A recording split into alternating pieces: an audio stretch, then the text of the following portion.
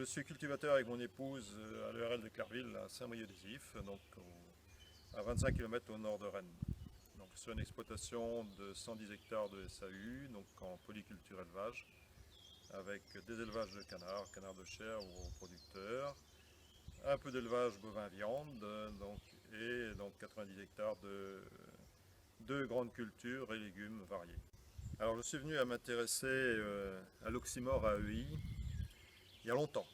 L'oxymore n'existait pas encore, parce que je suis attaché à la terre, et pour moi le plus gros problème que l'on connaît, c'est l'érosion des sols, donc qui est lié à un manque de vie dans nos sols et un travail désordonné du sol.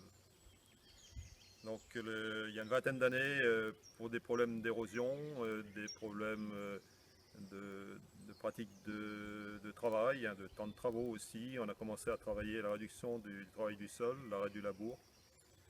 On a tout de suite vu les limites que ça pouvait entraîner, dans le sens où le rôle numéro 1 du labour, c'est le désherbage. Et on a commencé à travailler les rotations et tout ce qui s'ensuit. Et petit à petit, on a adhéré à différents groupes, entre autres l'association Base. On a retrouvé d'autres agriculteurs qui avaient les mêmes projets, les mêmes soucis. On a progressé ensemble, que ce soit dans nos réussites ou dans nos échecs. Et est apparu l'oxymore AEI, et c'est évident que l'agriculture de conservation dans laquelle on était coïncidait tout à fait avec les objectifs de l'AEI. Donc, ce qui nous a amené à y adhérer, de par mes responsabilités au sein de la coopérative Triscalia, qui elle-même a adhéré à l'association. Alors, on pose régulièrement la question de savoir où est l'intérêt. Donc, l'intérêt, j'en parlais tout de suite, c'est qu'on travaille avec un sol vivant. Et retrouver l'intérêt de travailler avec un sol vivant, on règle les problèmes d'érosion, les problèmes de pollution. On réussit à produire plus avec moins, c'est-à-dire moins d'intrants, c'est-à-dire moins de mécanisation, moins de chimie, moins d'énergie, moins d'eau, même si en Bretagne on est servi, mais il est vrai qu'il suffit d'avoir un été sec et on voit tout de suite des performances améliorées sur les maïs qui ont un meilleur enracinement, par exemple. On a aujourd'hui on n'a pas de limite d'enracinement de nos plantes. Les racines descendent à la roche-mère si c'est nécessaire. Donc d'où des améliorations de productivité.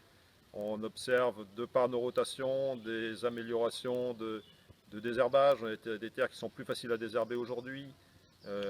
J'utilise, pour donner une idée, moins de glyphosate que la majorité des agriculteurs qui travaillent le sol de façon conventionnelle aujourd'hui. Donc voilà les grands intérêts. Je vous disais tout de suite que le sol était vivant.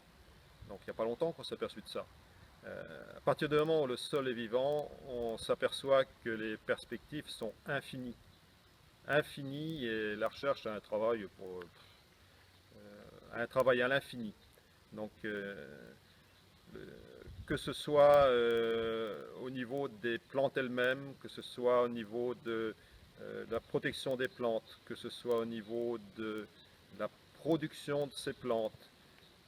Après ça, les recherches au niveau de la technique, de la technologie, de la gestion des micro-organismes, des champignons, des équilibres dans nos sols, parce que ce qui dit quelque chose de vivant dit une gestion des équilibres.